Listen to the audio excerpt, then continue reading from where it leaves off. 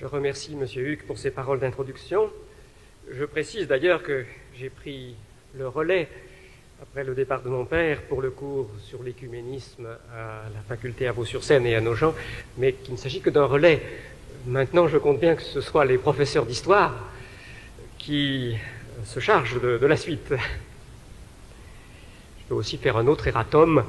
Vous avez, je pense, tous remarqué dans la publicité qui a d'abord été envoyée, heureusement pas dans le livret reçu ce matin, mais que le mot d'écuménisme est écrit avec une énorme faute, un U de trop, et il faut que ça tombe sur moi, si j'ose dire, qui passe une bonne partie de mon énergie à dire que prononcer œcuménisme, c'est une faute. Il faut prononcer écuménisme en français. Et le mot est de la même racine exactement que le mot économie, par exemple. C'est écuménisme qu'il faut dire. Bon. Cette petite précision donnée, je voudrais, avec plus de sérieux, lire quelques versets de l'Écriture sainte comme pour nous introduire à l'attitude juste sur notre sujet. Dans la première épître de l'apôtre Paul aux Thessaloniciens, au chapitre 5, je voudrais lire les versets 5 à 8. Vous êtes tous fils de la lumière et fils du jour. Nous ne sommes pas de la nuit ni des ténèbres. Ne dormons donc pas comme les autres, mais veillons et soyons sobres. Ceux qui dorment, dorment la nuit. Ceux qui s'enivrent, s'enivrent la nuit.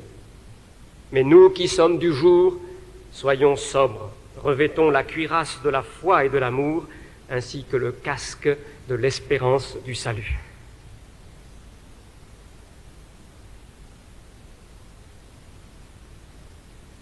J'ai bien besoin d'une cuirasse et d'un casque. Je tremble d'aborder notre sujet.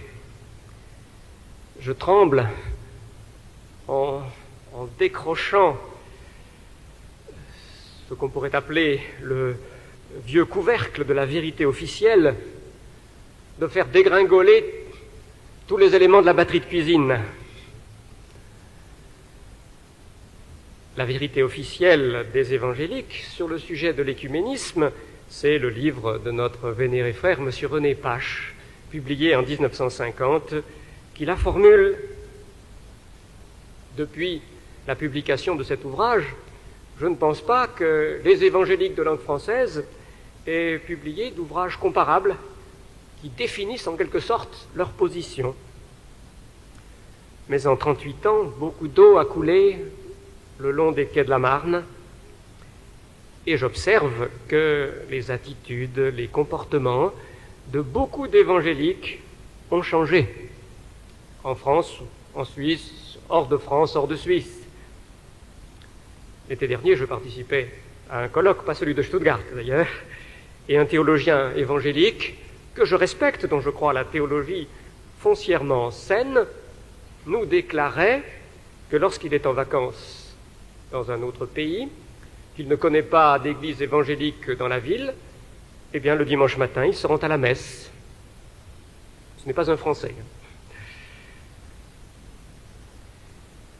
Autre symptôme du changement qui est intervenu. Vous connaissez le christianisme au XXe siècle, qui est l'un des 2 ou 3 organes principaux du protestantisme français, considéré, je crois, à peu près par tous comme tel. Or, ces dernières années, plusieurs évangéliques ont eu une part très importante à sa rédaction, alors même que la politique du journal est manifestement d'un assez large pluralisme. Et l'avant-dernier rédacteur était un étudiant de la faculté de théologie d'Aix-en-Provence. Le rédacteur actuel, venu de l'Alliance évangélique, est un ancien étudiant de l'Institut biblique de Nogent. Je relève ces faits, non pas du tout pour critiquer, je ne pense qu'il peut y avoir d'excellentes raisons, qu'on peut considérer qu'il s'agit d'une influence élargie du mouvement évangélique, mais aussi pour montrer que des choses se passent aujourd'hui qui n'auraient pas été imaginées il y a 30, 35 ans. Des bruits ont circulé, des textes même très précis, qui révèle qu'une organisation de jeunesse évangélique très connue, Jeunesse en Mission, aurait envoyé de son quartier général des directives à ses responsables selon lesquelles il fallait pratiquer une politique d'écuménisme assez intégrale en traitant les catholiques comme les baptistes ou les méthodistes ou les autres protestants. En fait, je suis en mesure de vous l'annoncer parce que je viens d'en recevoir l'information, en fait, mais tout à fait sûre. Cette rumeur déforme les choses. En réalité, le document en cause n'était qu'un document de travail, de proposition de quelques-uns, et il a été rejeté par les instances en charge pour Jeunesse en Mission. Mais le seul fait que la rumeur ait pu circuler est significative d'un état de choses nouveau qui nous impose, me semble-t-il, de réexaminer la question de l'écuménisme, de faire le point sur l'entreprise écuménique aujourd'hui.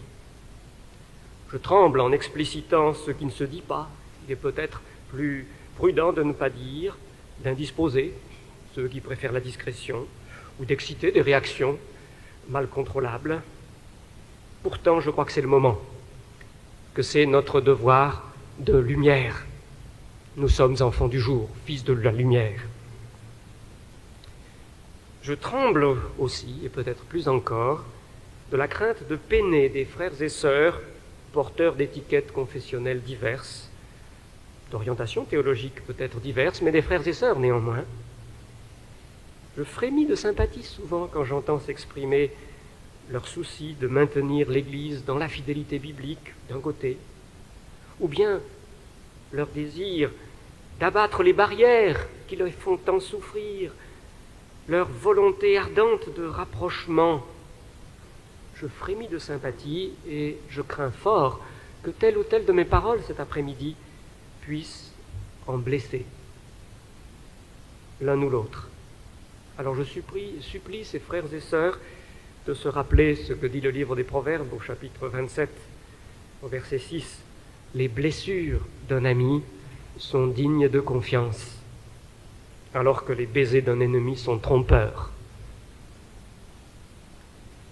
Bien sûr, je ne prétends pas me prononcer avec certitude sur tous les sujets, sur tous les aspects du problème. Pour bien traiter de l'écuménisme aujourd'hui, il faudrait être pleinement informé, et tel n'est pas mon cas. J'occupe un observatoire assez bien placé, me semble-t-il, mais je ne connais pas assez les faits, les textes, les gens, pour être sûr de respecter les proportions ou de bien interpréter les plus profonds motifs. Alors je vous invite, à la lumière de vos propres connaissances, qui peuvent suppléer aux carences des miennes, de corriger de vous-même. Comme on dit, les lecteurs auront corrigé d'eux-mêmes. Eh bien, corrigez ce qui n'aura pas été juste, et tout de suite dans le moment d'entretien que nous aurons après mon exposé. La règle que je suivrai sera d'abord une règle de sang-froid. Je m'efforcerai au réalisme, à la modération, au sang-froid. La sociologie, et nous sommes tous affectés par les mécanismes que la sociologie met au jour, la sociologie révèle que tout militant, tout convaincu est tenté soit de diaboliser l'adversaire, soit de le minimiser dans un triomphalisme trop facile. Il est très tentant, lorsque l'on sait que d'autres pensent autrement et qu'on pense que c'est dangereux, de grossir les pouvoirs dont il dispose, la facilité avec laquelle il finance ses programmes, son machiavélisme en particulier. On le soupçonne d'une efficacité redoutable dans le choix des plans, dans la technique de la conspiration. On lui attribue une sournoiserie particulièrement intelligente, habile. Ou bien alors, on annonce son déclin déjà commencé, il n'en a plus pour longtemps. Il est tout à fait typique, par exemple, que depuis le XIXe siècle, périodiquement, les évangéliques annoncent que la critique biblique, c'est fini, que la critique biblique se détruit elle-même. Et elle est toujours là, en fait. Mais nous sommes tellement convaincus qu'elle est en erreur, et je le suis, la critique biblique négative couramment enseignée, que beaucoup de nos évangéliques ont cru pouvoir dire, eh bien, déjà, ces fondements se sont écroulés et la critique biblique n'en a plus pour longtemps. Nous n'avons ni à diaboliser, ni à minimiser. Nous avons essayé de prendre exactement la mesure. D'autre part, je voudrais suivre une règle de bienveillance. L'amour du prochain et de la vérité. La juste méfiance de soi, qui nous sied bien mieux qu'une assurance excessive. Nous faisons bien de nous défier de nos propres réactions. C'est de l'humilité, c'est de la sagesse. Donc cet amour de la vérité du prochain et cette méfiance de soi doivent nous pousser à interpréter en bonne part, tout spécialement interpréter en bonne part les motivations de ceux avec lesquels nous ne sommes pas d'accord, autant qu'il est possible. Et c'est ici, bien sûr, le point délicat, car il y a une limite. La crédulité qui gobe n'importe quoi n'est pas biblique.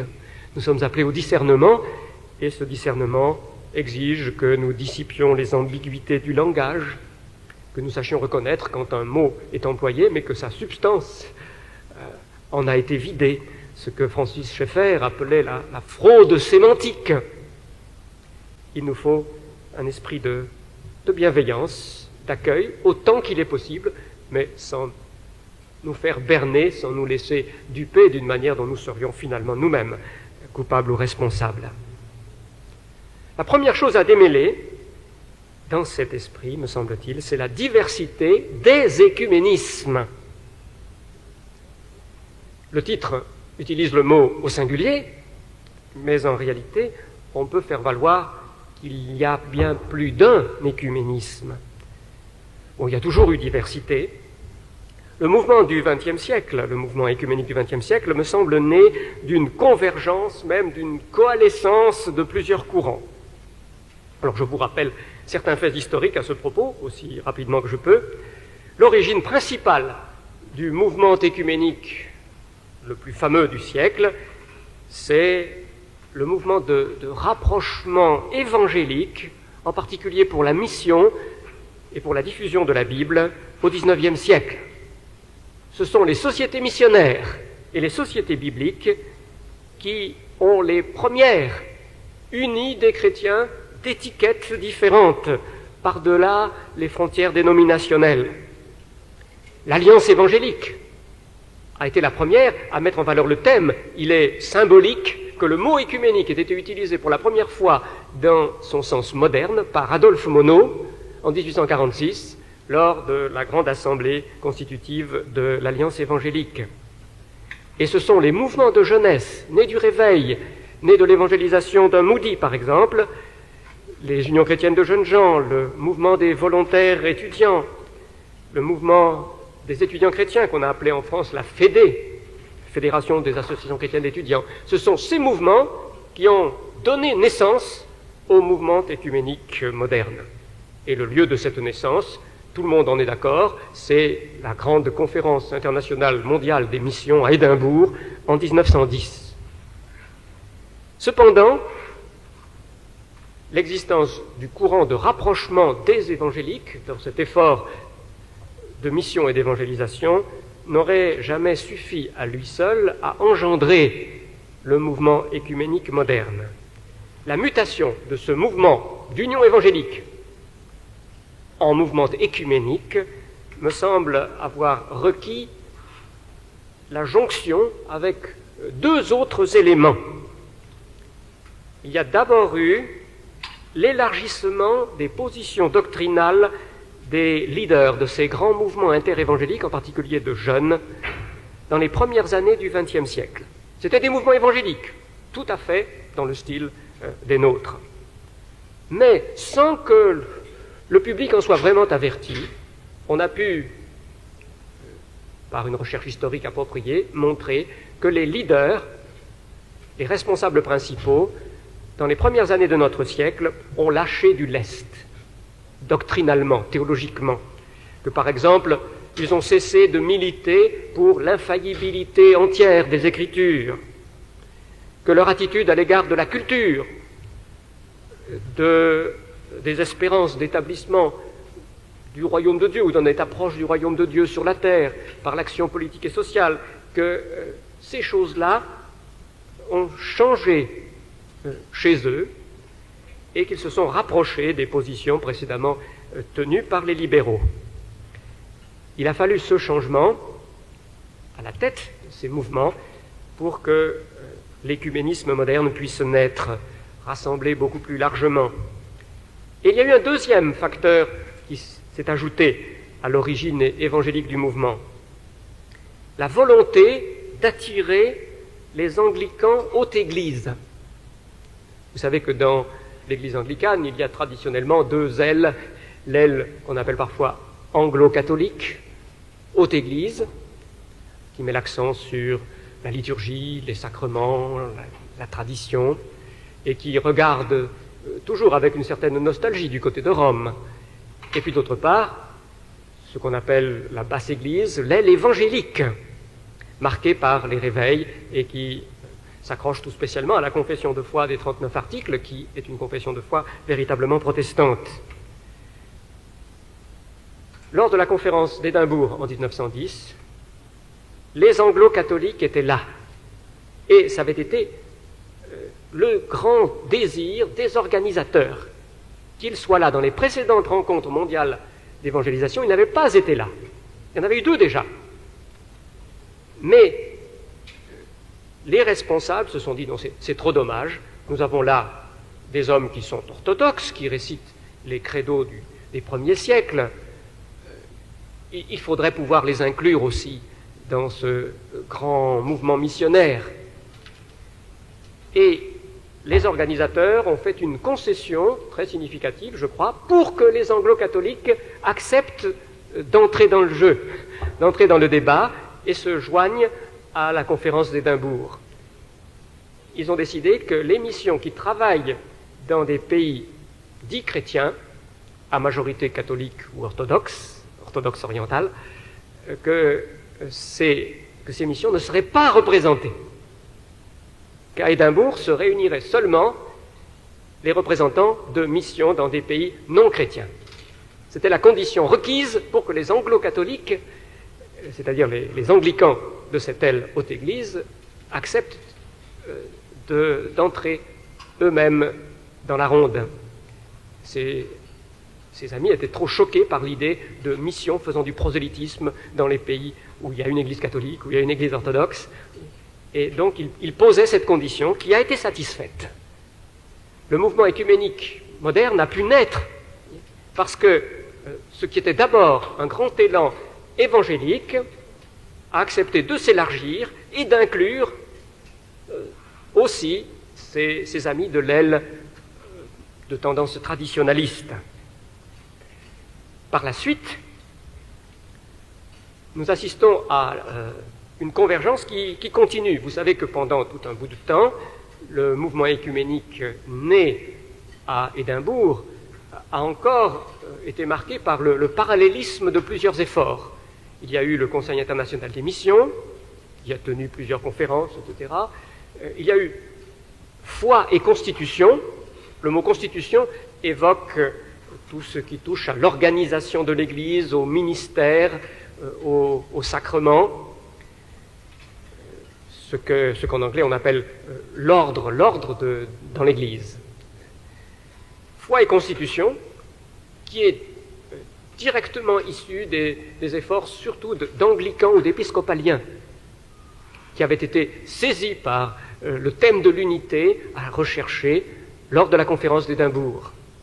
Et puis une autre ligne, plus indépendante d'Édimbourg, dans le prolongement du christianisme social, la ligne du christianisme pratique, vie et action.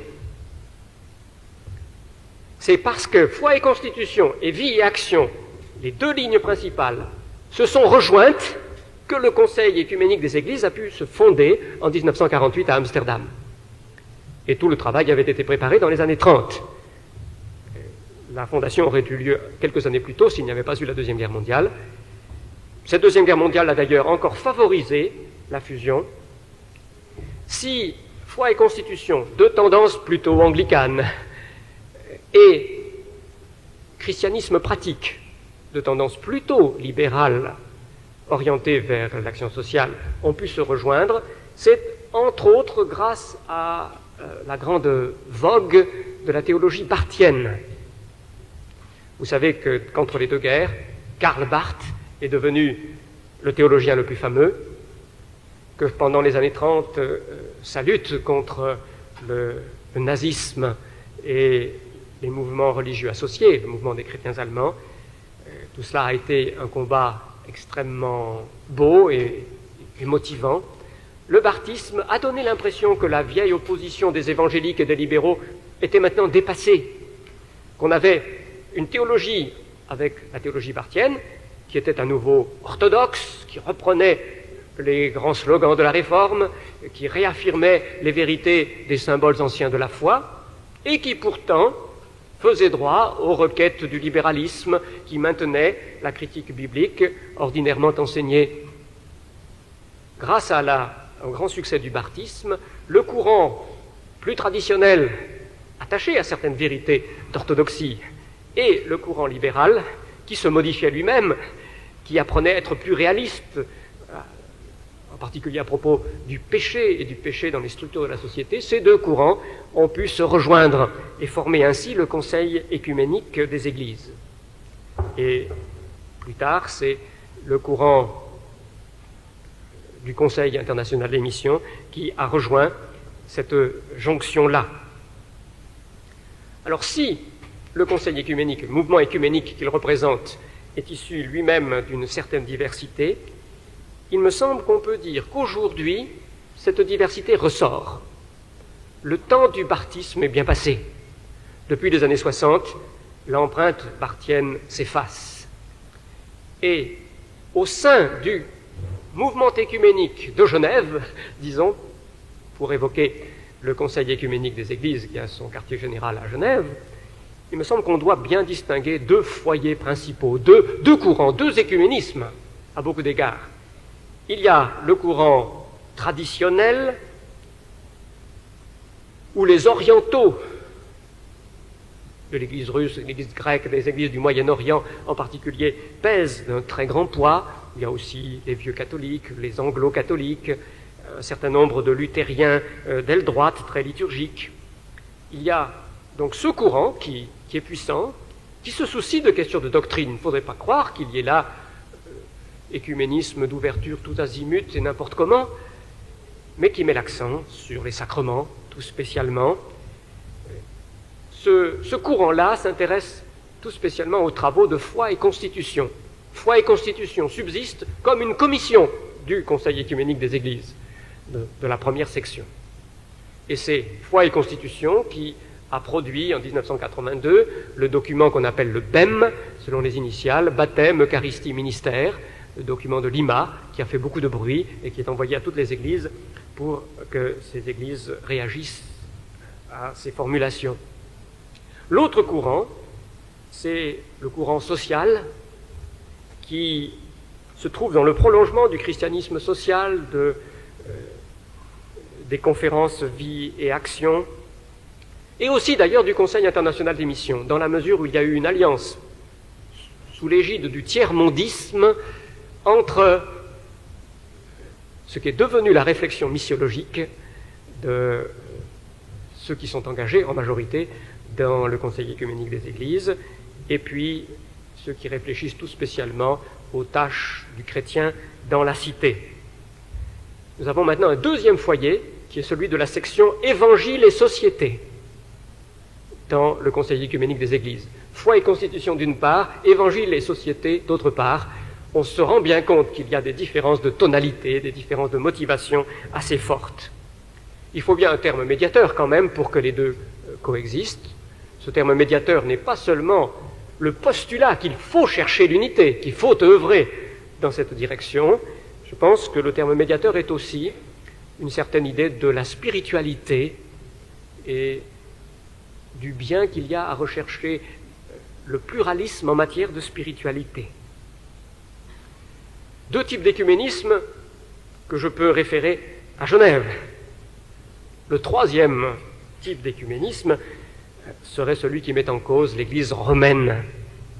Pour les francophones, le mot écuménisme évoque très souvent non pas tant le Conseil écuménique des Églises que les rapports avec l'Église soumise au pape.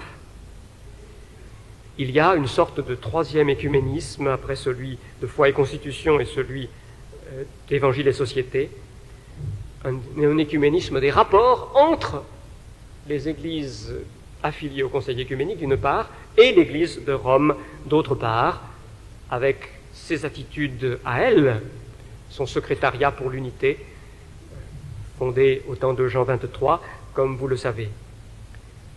Et puis je pense qu'un quatrième écuménisme doit être mentionné aussi, c'est l'écuménisme vraiment autre que nous appelons l'écuménisme évangélique.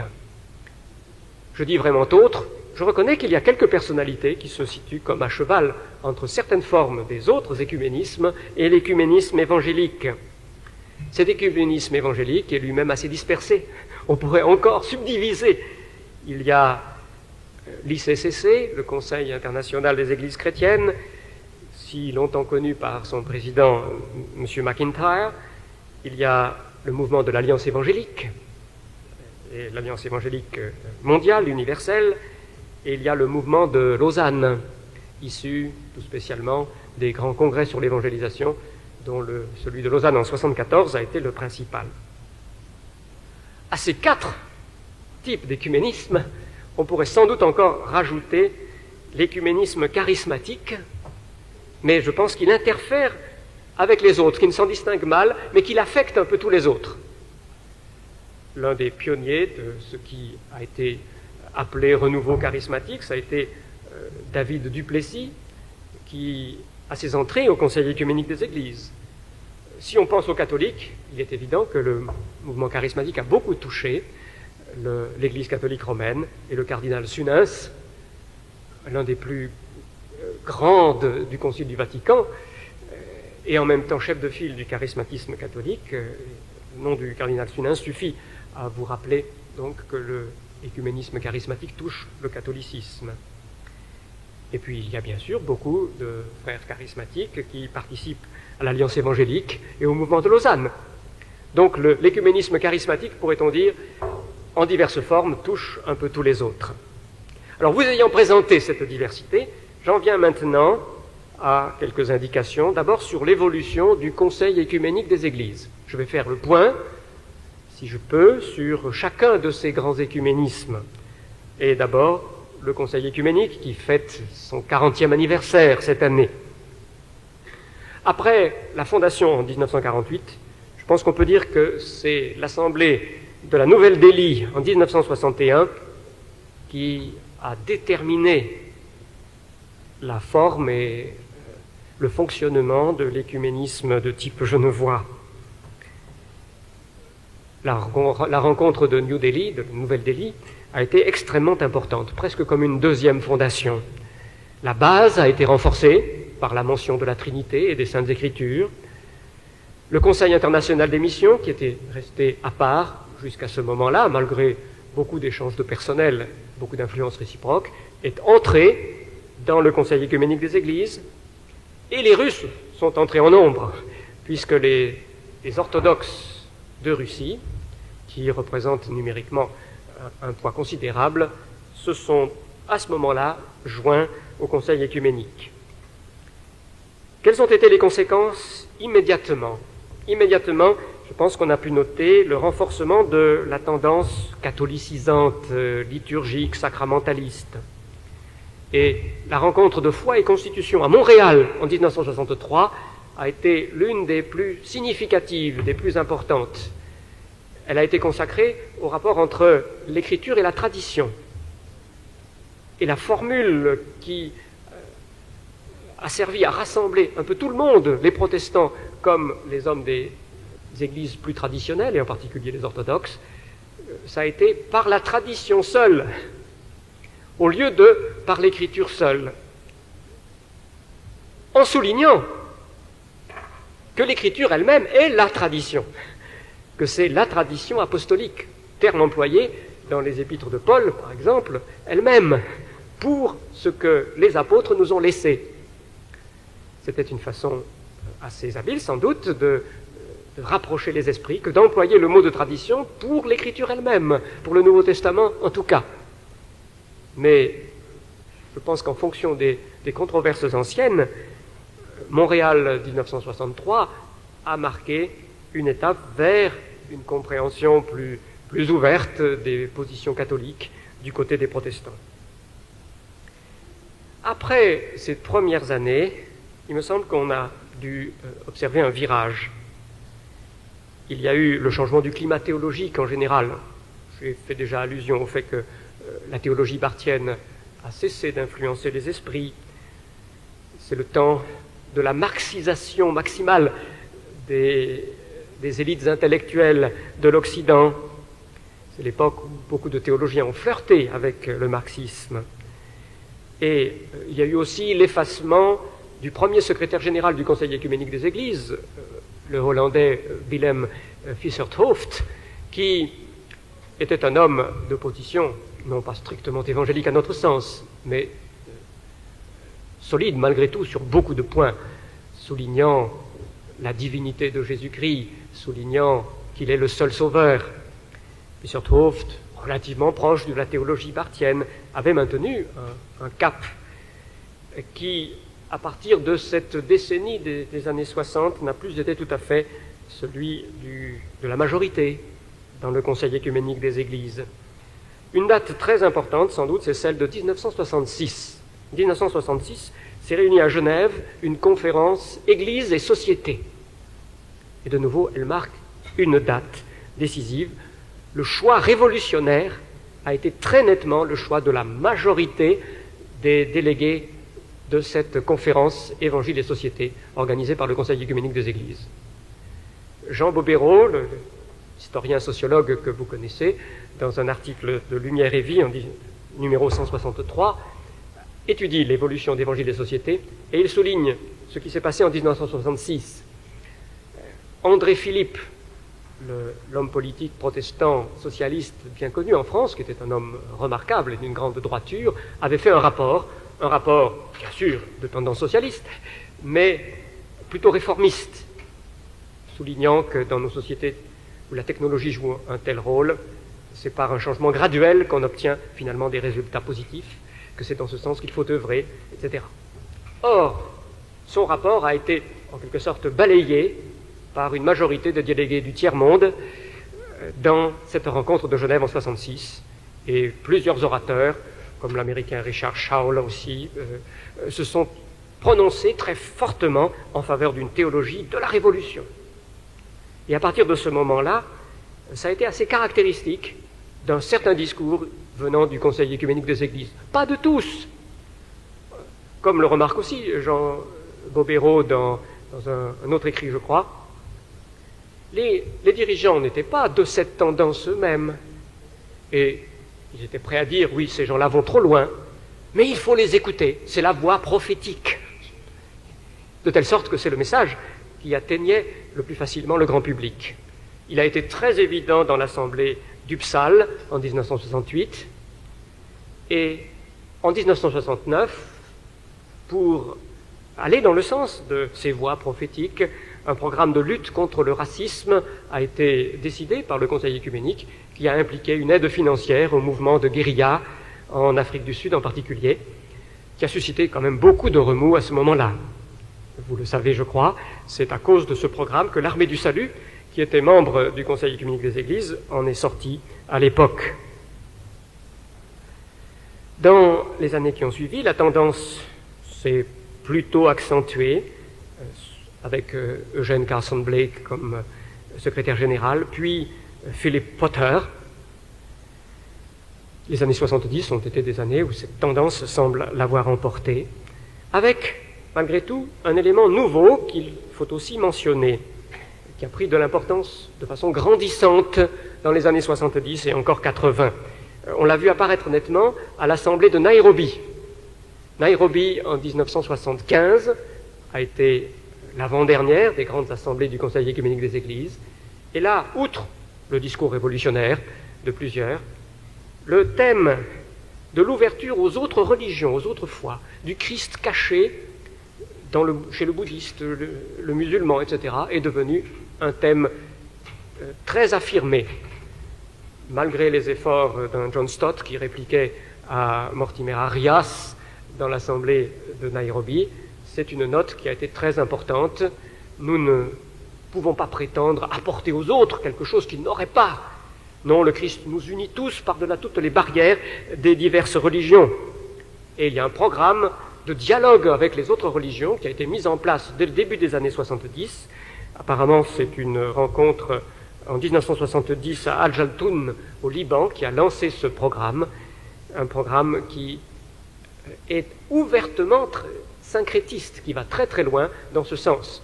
C'est un certain Samartha, un théologien, je pense, d'origine indienne, qui est à la tête de la réalisation, qui était à la tête de la réalisation de ce programme du dialogue. Dans les années 80, on observe, me semble-t-il, un recentrage pluraliste. Voilà la formule que j'emploierai. D'une part, le climat intellectuel environnant change. Les grandes idéologies perdent de leur crédit. La révolution ne fait plus autant recette, en tout cas dans la plupart des pays d'Occident.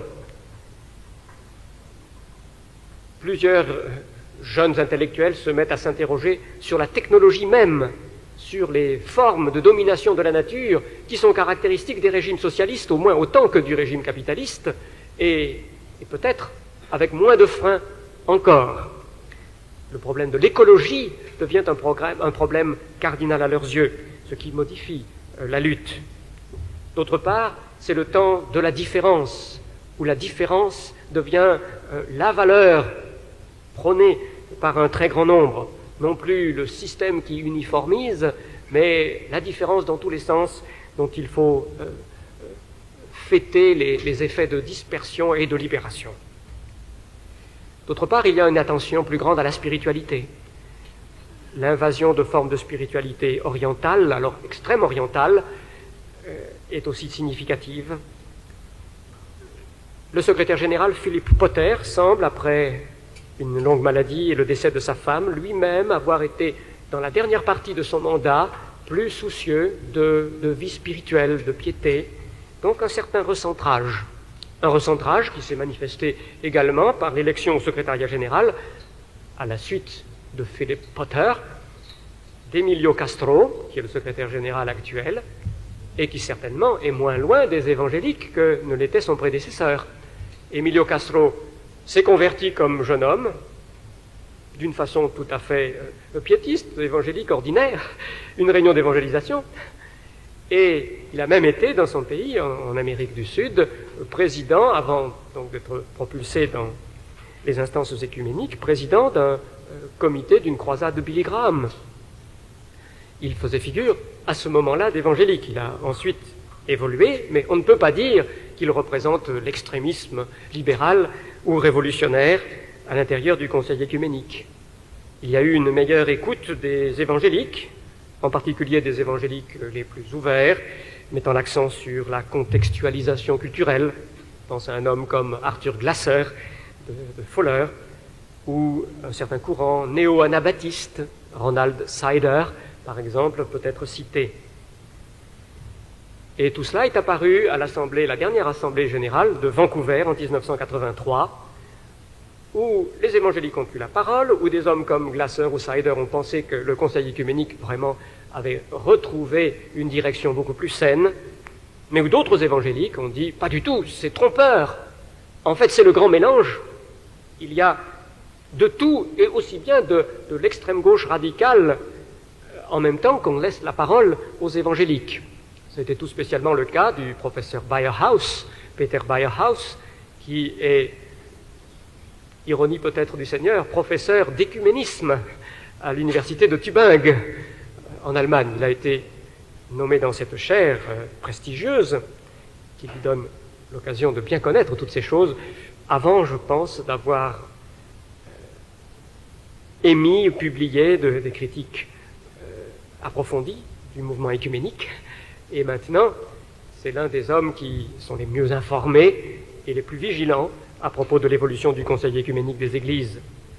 Il y avait de tout, et une théologienne comme Dorothée Zölle, par exemple, a eu une large part aussi à l'Assemblée de Vancouver en 1983. Dans un petit livre que j'ai lu récemment d'Albert Janssen, j'ai lu qu'on avait pu résumer l'évolution de Dorothée Zölle par ces 3 formules. Pour elle, au début, quand elle s'est fait connaître par son livre sur le représentant, en particulier, Dieu était mort. C'était l'époque de la théologie de la mort de Dieu, et elle était un peu entrée dans cette danse-là. Ensuite, Dieu est rouge. Et en dernier lieu, Dieu est femme. Car le féminisme est une des théologies les plus vigoureuses au sein de ce Conseil écuménique des Églises, surtout du côté Évangile et société.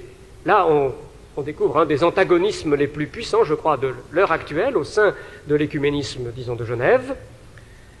D'une part, vous avez le courant traditionnaliste qui ne voudrait pas admettre l'idée d'une ordination au sacerdoce de femmes, et puis de l'autre côté, en particulier américain, hollandais, allemand, un courant féministe extrêmement puissant.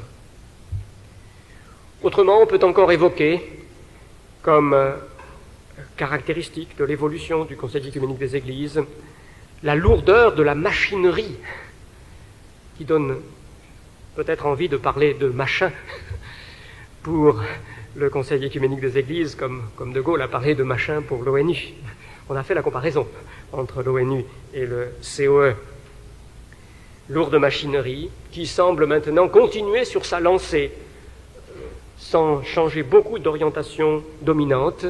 Le grand thème actuellement lancé pour la réflexion des Églises, pour les rencontres écuméniques, c'est le thème de la paix, de la justice et de la sauvegarde de la création.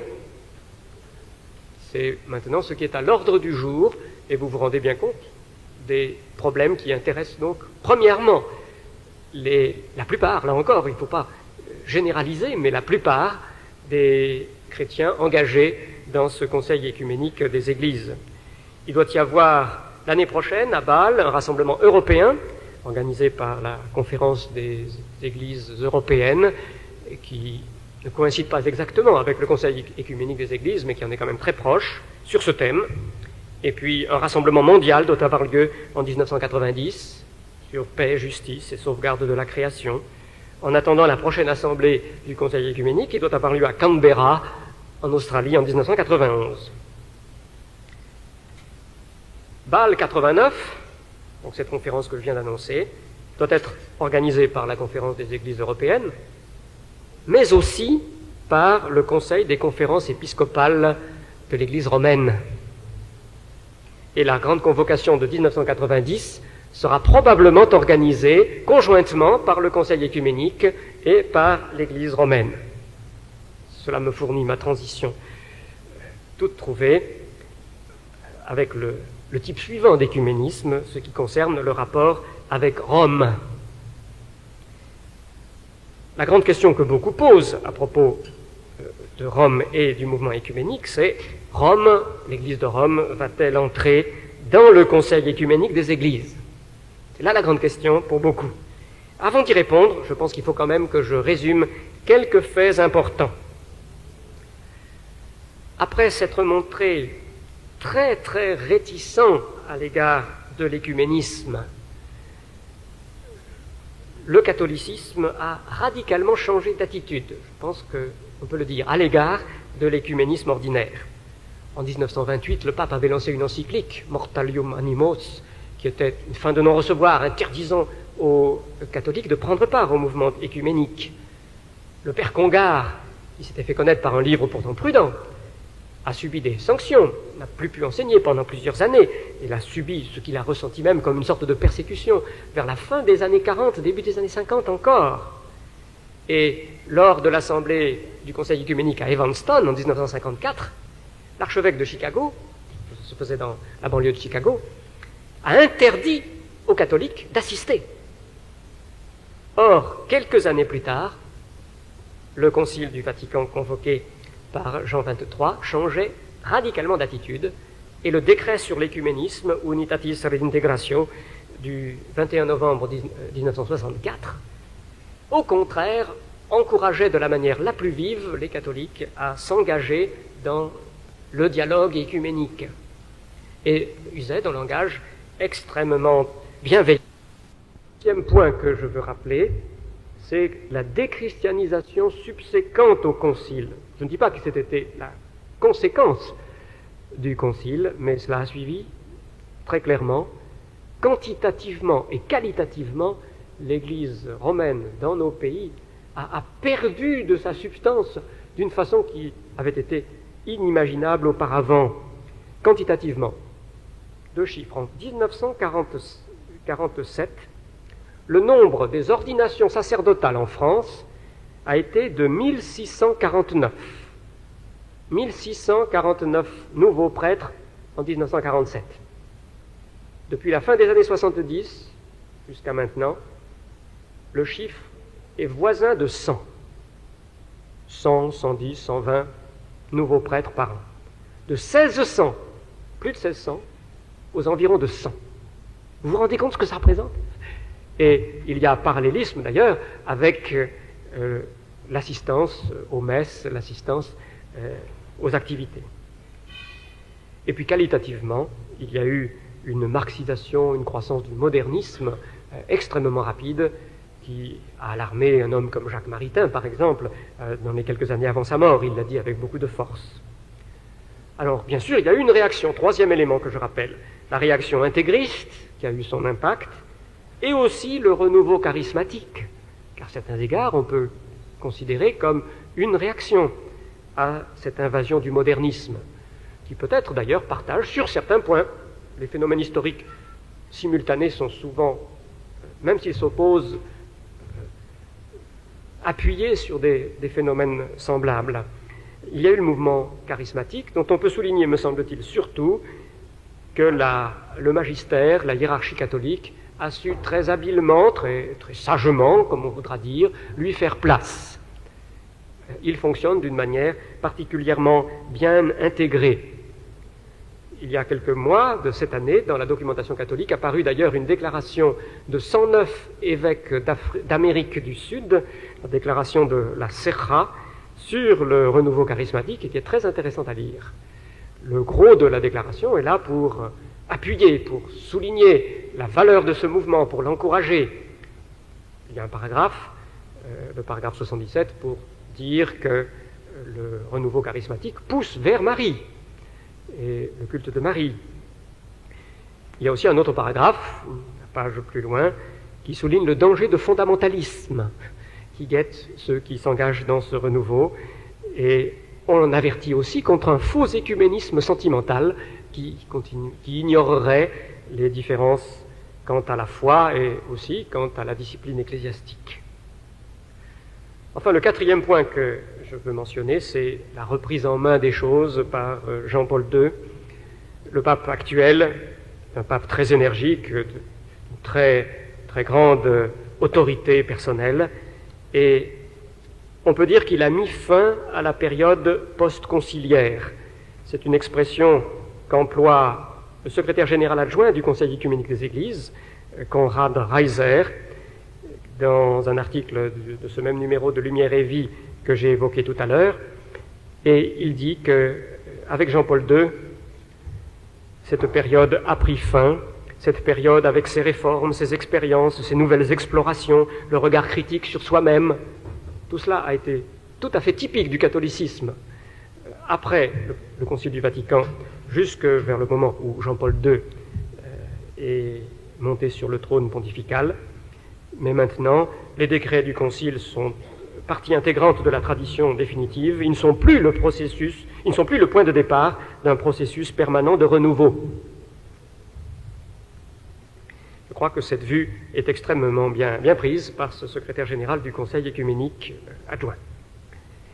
Alors, cette Église romaine, dans l'état où je viens de la décrire, va-t-elle se joindre au mouvement œcuménique général? En un sens, elle y est déjà, pour une assez large part. La commission foi et constitution, dont j'ai parlé, celle qui a proposé le BEM, compte 12 membres catholiques romains, théologiens catholiques romains, dont le vice-président Jean-Marie Tillard. Il y a beaucoup d'entreprises qui se font sous l'égide à la fois du Conseil œcuménique et de l'Église catholique romaine. Mais cependant, l'Église romaine n'est pas membre du Conseil œcuménique, et cela fait une différence toujours sensible.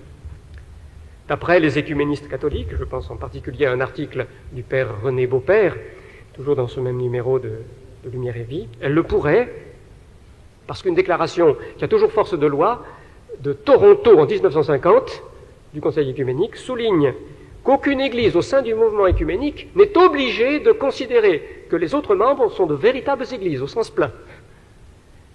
L'Église romaine peut très bien entrer dans le Conseil œcuménique sans donner le titre d'Église à un autre des membres du Conseil œcuménique.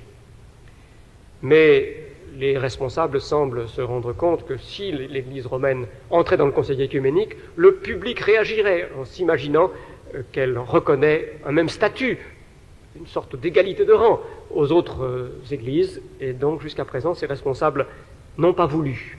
En fait, il semble qu'on soit passé assez près d'une décision positive à cet égard vers 1972. En 1972, un comité mixte de travail, un groupe mixte de travail catholique, Conseil œcuménique, avait très nettement proposé et promu la possibilité d'une entrée de l'Église romaine dans le Conseil œcuménique, mais la décision a été non, au bout du compte. Et après cela, il y a eu changement de politique. D'une part, certains organismes communs, comme l'organisme Sodepax, ont vu leurs prérogatives peu à peu se rétrécir jusqu'à suppression pure et simple. L'organisme pour la société, le développement et la paix, Sodepax, fondé en 1968 dans l'enthousiasme entre les catholiques et le Conseil œcuménique, cet organisme a finalement été supprimé en 1980. D'autre part, l'Église romaine s'est engagée dans une longue série de dialogues bilatéraux avec d'autres églises, de longs entretiens avec toutes sortes d'églises. Alors, il y a eu évidemment de très importants dialogues avec l'Église anglicane, et récemment, un rapport est sorti sur la justification qui a fait couler beaucoup d'encre en Grande-Bretagne. Mais il y a eu aussi des dialogues avec les pentecôtistes, par exemple, avec à peu près tous, avec les évangéliques comme tels. Un dialogue sur la mission, où John Stott a été le représentant principal du côté évangélique, un groupe de théologiens évangéliques et un groupe de théologiens catholiques en face qui se sont réunis plusieurs fois et de manière assez longue. À l'heure actuelle, il ne semble pas que l'Église romaine se prépare à entrer au Conseil œcuménique. À court terme, il y a très peu de chances, semble-t-il, il faudrait un autre pape. Ce Jean XXIV que le théologien Hans Küng a appelé de ses voeux très expressément. Du côté des protestants, je pense là tout spécialement aux Français, je voudrais noter deux faits principaux à cet égard. Deux faits qui semblent contradictoires, mais peut-être s'agit-il du décalage entre deux époques. D'une part, l'écuménisme semble la chose admise qu'on n'ose plus discuter. L'écuménisme à orientation catholique. Jean Bobéro a pu s'exprimer là encore en disant qu'il ne reste pratiquement dans certaines paroisses qu'un seul dogme. C'est le dogme que l'unité c'est bien, et qu'il faut travailler pour l'unité avec les catholiques. Et vous avez de très nombreux protestants qui s'indignent comme une chose vraiment insupportable des barrages que les évêques continuent de maintenir contre l'intercommunion, l'hospitalité eucharistique. Mais d'autre part, on rencontre aussi, me semble-t-il, un réveil du sens de l'identité protestante. Elle s'affirme avec beaucoup plus de netteté et peut-être d'audace qu'il y a quelques années. Le congrès Protestantisme et Liberté, qui a eu lieu en 1985, a été, me semble-t-il, un signe à ce propos. Et les réactions au bème dont j'ai parlé ont été généralement négatives, assez fortes en France. Et je crois qu'il y a quand même une certaine indignation quand on apprend ce qu'on a appris au mois de mai dernier, que le frère Max Turian de la communauté de Thésée était secrètement, depuis un an, prêtre ordonné de l'Église catholique romaine. C'est l'enquête d'une journaliste catholique d'ailleurs, du Monde, qui a mis ce fait en évidence. Il était membre de Foi et Constitution, au titre de l'Église réformée de France, comme pasteur réformé, et il était, depuis un an, prêtre ordonné de l'Église catholique romaine. Je crois que ça fait quand même quelque chose aux protestants français, qu'il y a une certaine réaction qui s'esquisse. On peut noter que le pasteur Jacques Stuart, de la Fédération protestante de France, dans son allocution lors de la fondation du Conseil d'Église chrétienne en France, le 17 décembre 1987, a donné une part très importante de son discours à ceux des protestants qui ne sont pas dans la fédération protestante, donc en général beaucoup d'évangéliques, pour dire qu'il ne fallait surtout pas les oublier et qu'il ne fallait pas non plus faire des choses qui les indisposeraient. J'ai été très frappé par ce discours du pasteur Jacques Stuart. Indubitablement, les catholiques ont évolué sur divers sujets, sur l'écriture, sur la justification, sur l'Eucharistie même. Et il me semble indéniable qu'il y a au sein du catholicisme des hommes qu'on pourrait appeler catholiques évangéliques, qui ont fait l'expérience de la rencontre de Jésus-Christ et dont la piété, la lecture biblique se déroule selon des modes qui ressemblent fort à ceux qui nous sont familiers. Et pourtant, il me semble que subsiste une triple difficulté. Trois barrages considérables, et même avec ceux qui nous sont les plus proches souvent. Le vieux contentieux n'est pas encore liquidé. Il y a eu du chemin de fait, c'est sûr. Les explications sur les formules concernant l'Eucharistie, les œuvres et la justification, ces explications peuvent nous donner une mesure importante de satisfaction. Mais malgré tout, à la racine, les débats sur ce document anglican catholique que j'ai évoqué en Angleterre l'ont bien montré, à la racine, les choses ne sont pas vraiment clarifiées. Et le problème du rôle du pape et le problème de la vénération mariale sont des choses qui ne sont pas encore du tout réglées. Le deuxième point de difficulté, qui souvent me semble rester beaucoup trop dans l'ombre, c'est que dans l'Église catholique romaine, la tolérance du modernisme en matière d'études bibliques et sur la divinité de Jésus-Christ et sur la résurrection, cette tolérance est très très large. Je ne pense pas que personnellement le pape Jean-Paul II soit un pape très moderniste sur ces questions que je viens d'évoquer, mais il tolère malgré tout, il ne peut peut-être pas faire autrement, mais c'est le fait. Un théologien catholique qui est relativement proche de nous d'ailleurs, il cite parfois des évangéliques, l'abbé René Laurentin, dans un de ses articles, signale une remarque d'un de ses collègues à propos de la résurrection. Et il la cite comme représentative d'un état d'esprit qui est courant. Ce qui est ennuyeux avec la résurrection, c'est le tombeau vide. Voilà ce que ce collègue lui a dit. La résurrection, comme thème théologique, comme grand symbole de la vie authentique à laquelle nous accédons, etc. Oui, bien sûr, mais s'il faut en faire un événement vraiment historique avec un tombeau vide, plus de cadavres, mais alors là, c'est gênant. Le modernisme a vraiment une influence très considérable dans le catholicisme d'aujourd'hui, et à mon avis, c'est un problème très grave. C'est pas pour rien que, parlant sur le renouveau charismatique par exemple, qui a remis la Bible quand même au centre de la piété pour beaucoup, certains évêques disent attention au fondamentalisme, danger de fondamentalisme.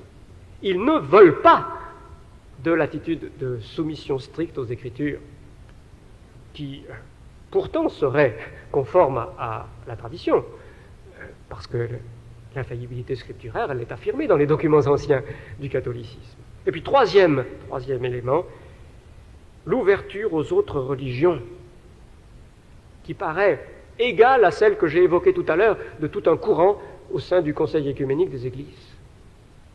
Vous avez tous eu connaissance de Jean-Paul II à Assise, des déclarations de Jean-Paul II dans ses visites aux Indes ou au Maroc, lorsqu'il a parlé de l'islam. Il y a là une politique très définie. Je ne crois pas qu'aucun pape avant Jean-Paul II ait été aussi loin pour suggérer que les autres religions sont aussi manifestations de l'œuvre de la grâce de Dieu, que le Christ est caché dans tous les hommes de tous ces peuples. Certains intégristes catholiques ont réagi très fort. Je crois que nous avons, peut-être avec d'autres motivations qu'eux, je ne sais pas, mais nous avons à réagir très fort. En tout cas, même en essayant de mesurer mon langage, je ne peux voir ici qu'un renversement de la vérité de l'Évangile très très grave. Nous savons que Dieu, bien sûr, a ses moyens pour sauver des hommes de toutes les nations. Et je pense même quand des missionnaires n'ont pas pu les atteindre, Dieu est libre de se révéler comme il faut, et il y a assez de lumière dans la révélation générale de ses œuvres pour que son esprit puisse conduire à la fois en lui, par Jésus-Christ, même si le nom même n'est pas connu avec précision, des hommes de partout. Mais cela ne veut absolument pas dire qu'alors toutes les religions sont déjà des chemins pour aller jusqu'à Dieu. Pour la Bible, c'est tout à fait net. Ce que l'on sacrifie à ces divinités de tous les pays, c'est aux démons que cela est sacrifié. L'apôtre Paul est assez net au chapitre 10 de la première aux Corinthiens. Alors là, il y a quelque chose qui me semble faire barrage terriblement et tragiquement. Alors il reste l'écuménisme évangélique.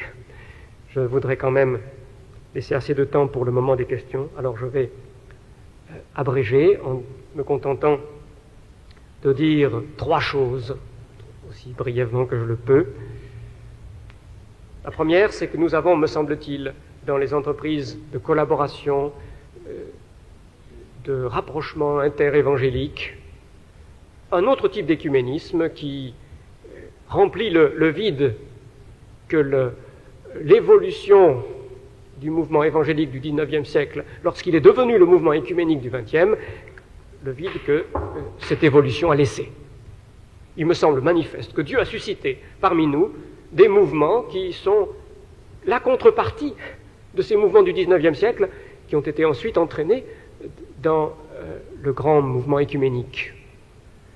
Les GBU, par exemple, les campus un peu plus tard, ont été créés, me semble-t-il, comme l'équivalent de ce que la Fédé était à l'origine, Fédération des étudiants chrétiens. Des entreprises comme le OM ou Jeunesse en Mission, etc., mais c'est vraiment l'équivalent des UCJG, du Student Volunteer Movement du XIXe siècle. Et nous avons, me semble-t-il, une sorte de correspondant là. Dans ce que le Seigneur a suscité, reste beaucoup de faiblesses.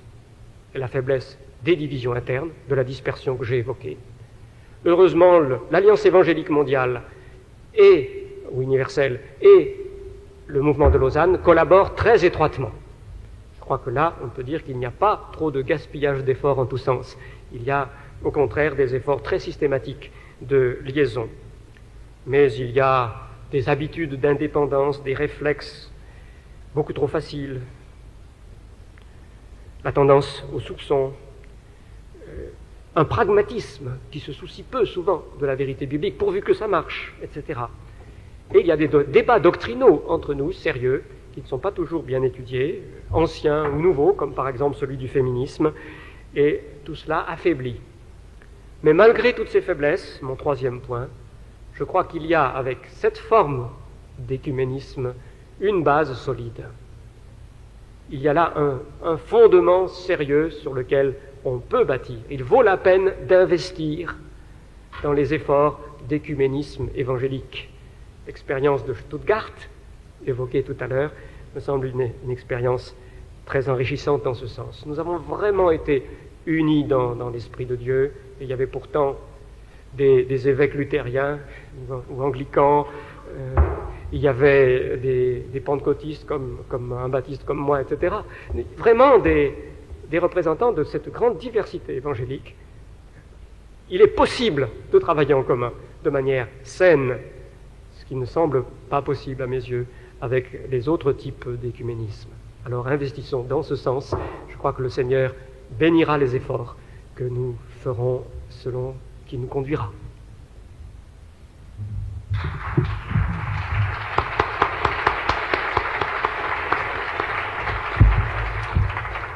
Voilà, merci beaucoup, Monsieur Blocher. Je crois que vous en êtes bien tenu à votre sujet, le point sur l'œcuménisme aujourd'hui. Et à la fin de votre exposé, vous avez ouvert quelques perspectives. Nous avons devant nous une bonne dizaine de minutes. Notre grand nombre ne permet pas un véritable débat. Bien sûr, ce n'est pas possible, mais nous avons quand même, dans notre cadre, la possibilité de poser des questions de clarification éventuelle sur ce qui a été dit, ou d'autres questions qui pourraient donc demander à M. Blocher de se prononcer peut-être un peu plus avant sur tel ou tel point. Alors ça, nous pouvons le faire.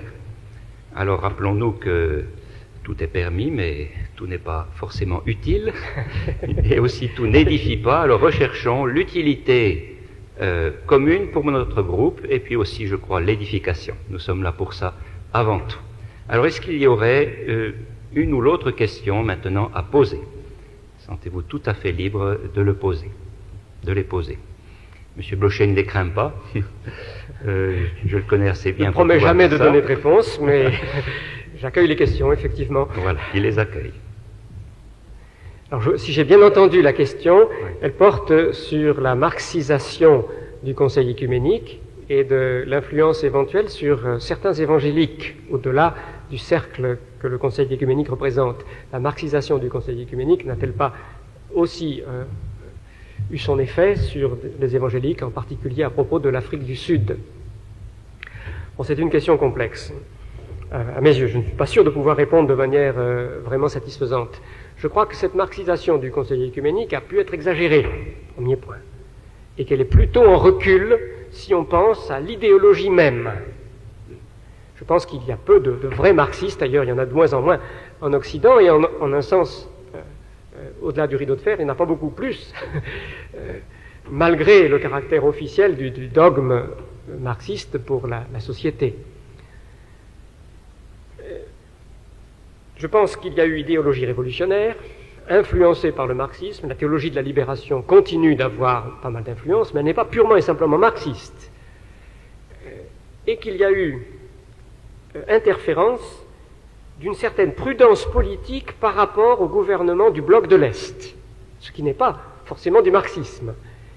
Les dirigeants du Conseil œcuménique, je pense qu'ils ont été souvent sincères, ont dit « Nous pouvons faire beaucoup plus si nous agissons en coulisses que si l'URSS est condamnée officiellement dans une assemblée du Conseil œcuménique, par exemple. » Alors ils ont toujours fait en sorte que les gens qui essayaient de proposer une motion pour condamner telle persécution en URSS, par exemple, soient réduits au silence. Il y avait eu un incident dans l'assemblée de Nairobi en 1975, et finalement ils ont réussi à éviter. Mais non pas qu'ils aient été eux-mêmes favorables à la politique de l'URSS, mais en disant, si nous faisons ça, ça y est, le gouvernement russe va interdire aux délégués de venir, ça va être pire, donc agissons plutôt par pression diplomatique, discrète, etc. Alors, je crois que tout cela a joué. Je pense aussi que l'information, sur une question comme celle de l'Afrique du Sud, joue un rôle extrêmement important.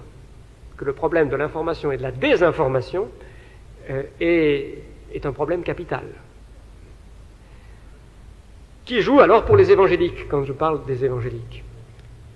Les évangéliques sont susceptibles de subir l'influence des modes culturels comme tout le monde, et dans les années 60-70, je crois qu'ils ont pu être touchés, souvent à retardement d'ailleurs, au moment où ça commençait à être un peu périmé de l'autre côté, les évangéliques commençaient à y mordre. Mais je pense qu'en général, ça n'a pas été très très loin, mais que beaucoup d'évangéliques sont simplement victimes de désinformation. Ils ne savent que certains des faits de la situation et non pas les autres. Alors moi, je ne prétends pas à une information complète et totale.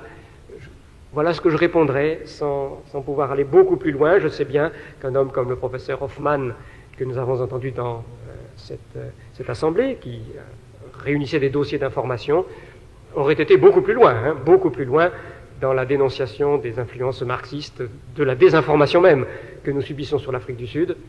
Mais je n'ose pas me prononcer trop. Je crois qu'il y a quand même un autre aspect des choses. Je me rappelle avoir entendu un frère évangélique remarquable. Je pense qu'on entendra parler de lui dans l'avenir. César Molebatsi, un noir d'Afrique du Sud, qui était très modéré en même temps, très, très sobre, très sage, mais qui racontait aussi quand même des choses qui faisaient réagir.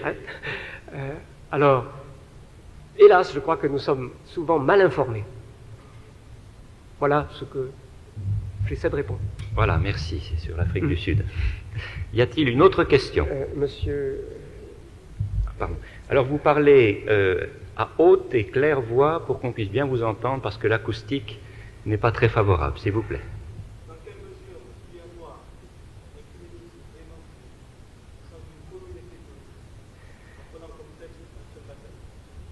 Dans quelle mesure peut-il y avoir un écuménisme évangélique sans une commune ecclésiologie? On peut se référer au texte, un seul baptême.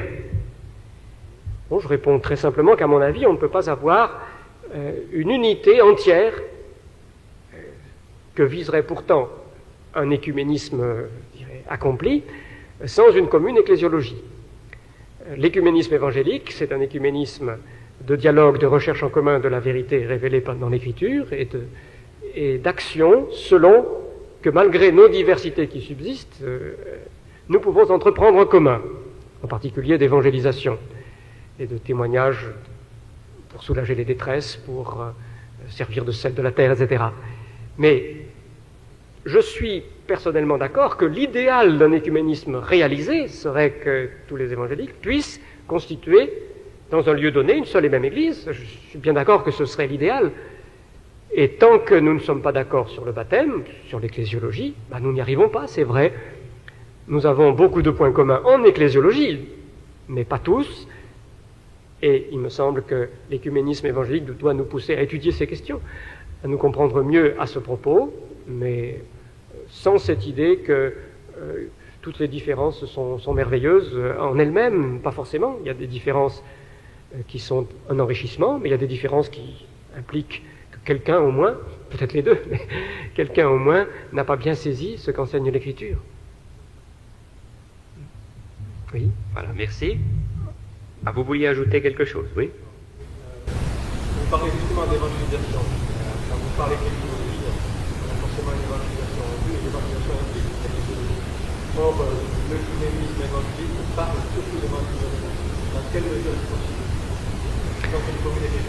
Dans quelle mesure l'évangélisation commune, qui intéresse tout spécialement la mise en pratique de l'écuménisme évangélique, dans quelle mesure cela est possible sans une ecclésiologie commune, l'évangélisation? Moi, je crois que c'est possible. Je pense que nous avons assez en commun, en ecclésiologie même, pour qu'une évangélisation commune soit viable. Là encore, ce n'est pas la situation idéale.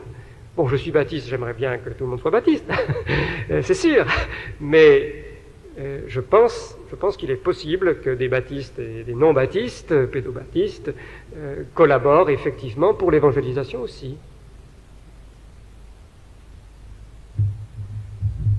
Voilà, merci. Alors, une intervention là au fond de la salle.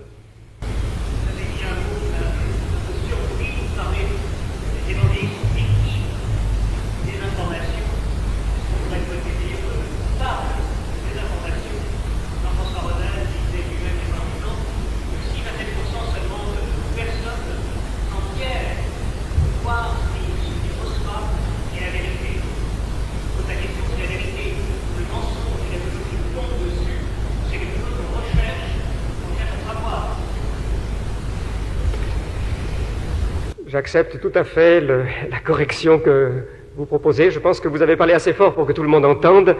Donc, nous ne sommes pas seulement victimes de désinformation, nous sommes aussi coupables de désinformation. Nous ne nous informons pas avec assez de soin. Nous sommes trop crédules pour ce qui nous plaît et nous ne sommes pas assez vigilants. Ça, je pense qu'en effet, nous devons faire notre nostra culpa à ce propos.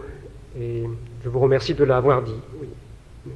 C'est de manière très générale, d'ailleurs, vous savez, que nous sommes toujours à peu près à la fois coupables et victimes. Voilà, merci pour cette remarque. Y a-t-il une autre question?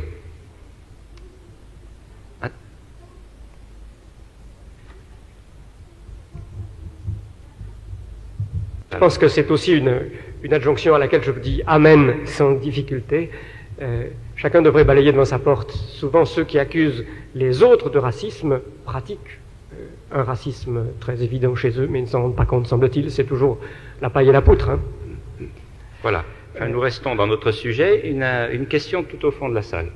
Parlez à haute et claire voix, s'il vous plaît. Oui, alors la question porte donc sur l'attitude du pape actuel concernant les diverses religions du monde. Et la question plus précisément est la suivante. Peut-on dire, ne peut-on pas dire que toute religion est un chemin qui peut conduire l'homme vers la rencontre de Dieu? Je pense que c'est à peu près l'idée du pape, effectivement. Le pape ne s'exprime pas dans un langage de dogmaticien très précis lorsqu'il fait ses grandes déclarations lors de ses voyages, mais il semble cautionner par de telles déclarations les vues des théologiens, et un théologien comme le jésuite Karl Rahner, avec son idée des chrétiens anonymes dans toutes les religions, par exemple, ou la théologie d'un autre théologien d'origine indienne, sur le Christ caché dans l'hindouisme, etc. Personnellement, si je comprends l'enseignement biblique, je me crois obligé de refuser la proposition faite, que je pense reprise par le pape. Je crois que la religion n'est pas un chemin conduisant vers la rencontre de Dieu, acheminant l'homme vers sa conversion en général. C'est un chemin qui l'éloigne plutôt, qui le détourne, qui exprime sa révolte en même temps, bien sûr, qu'une certaine nostalgie du divin.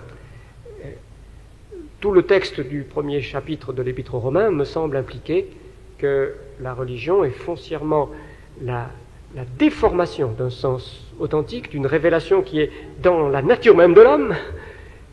La vérité est là, mais elle est captive dans l'injustice, et le sens de Dieu est reporté sur des éléments du cosmos qui deviennent des idoles.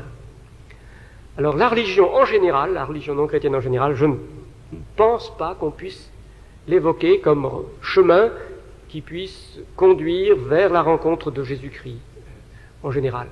Et ce que j'ai alors essayé d'ajouter, mais je ne peux pas, j'ai pas le temps de l'expliquer maintenant, c'est que je ne pense pas que nous ayons à conclure de là, purement et simplement, que tous les hommes qui n'ont pas eu accès à un missionnaire aient été nécessairement tous perdus. Je crois que l'enseignement du début de l'Épître aux Romains nous montre aussi que les perfections invisibles de Dieu, c'est-à-dire aussi sa grâce, sa justice et sa grâce à la fois, peuvent se lire dans les œuvres de la création de Dieu. Et c'est aussi là-dessus que Jésus s'appuie dans son sermon sur la montagne, pour parler de la grâce de Dieu. Et si l'Esprit de Dieu a voulu se servir de ces éléments de lumière objective, je pense qu'il a pu le faire. Mais l'attitude à l'égard du phénomène issu de la société humaine pécheresse que sont les religions, alors là, je pense que cette attitude est très très critique, négative, disons, dans l'Écriture. Voilà, très brièvement, ce que j'ai essayé de dire. Voilà, merci beaucoup. Je crois que notre séance tire à sa fin, si nous voulons respecter les horaires, et puis avoir quelques minutes avant la séance suivante d'information. Nous voulons remercier chaleureusement M. Blocher de nous avoir aidés à clarifier toute cette situation souvent bien confuse. Je crois que nous avons là des éléments qui nous aideront maintenant dans notre propre réflexion.